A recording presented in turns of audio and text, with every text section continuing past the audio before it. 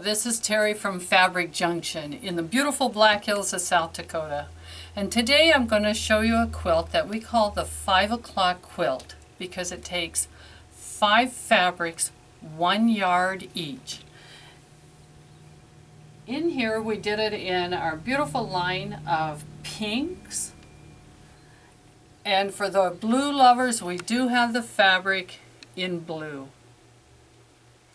Now as Christopher pans over to the pattern to show you what you need to cut, your cuts are exactly the same in all 5 pieces.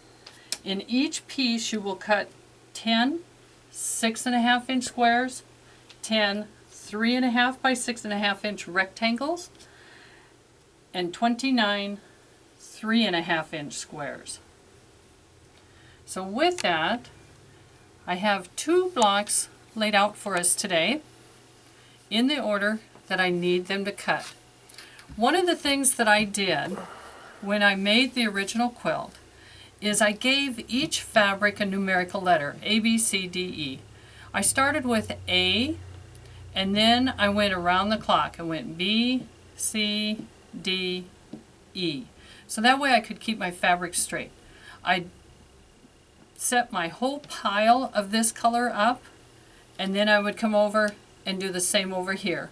So this one is E, A, B, C, D.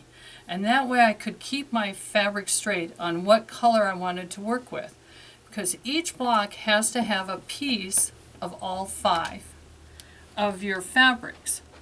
Now to sew it together, after I lay it out, and I'd have my stack laid like this, I would take the 2 3.5 inch squares and I would sew those together. Now I'm going to do my 2 different piles, but you would continue to sew your 3.5 inch squares that you had stacked up here. And I'm going to switch over and sew my other set.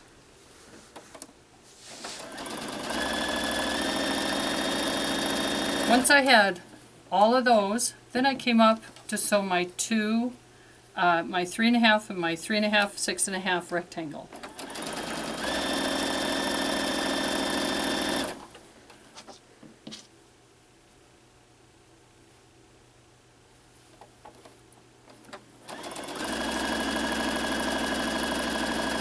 And as you can see, I left everything on the machine. When I have all those sewn, I would only took off the one that was the 3.5 inch squares, and I took them over and pressed them over.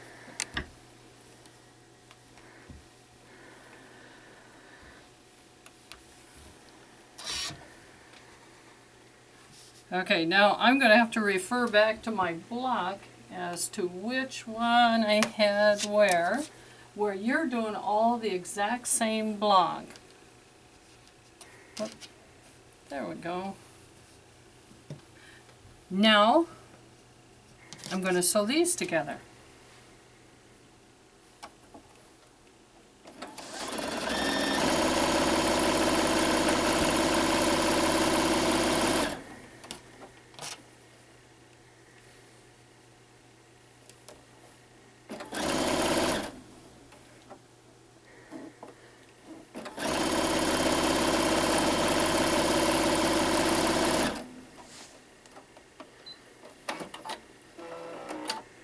This time I take everything off the machine and I put the like ones in their pile and the other one in their pile.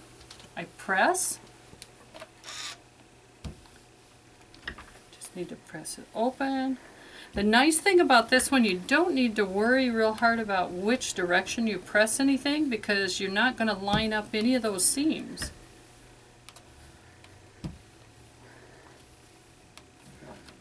So you get them pressed. I'm going to lay them back the way they go. Let's see. This one doesn't have that, and this one doesn't have those. So now I'm ready for my last step on my block.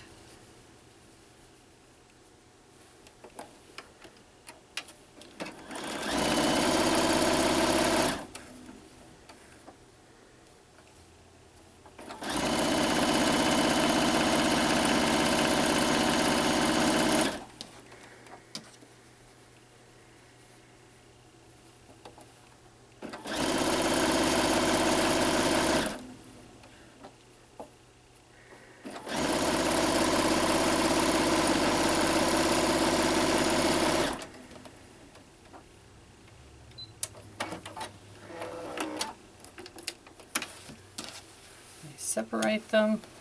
I take them over, give them a quick press.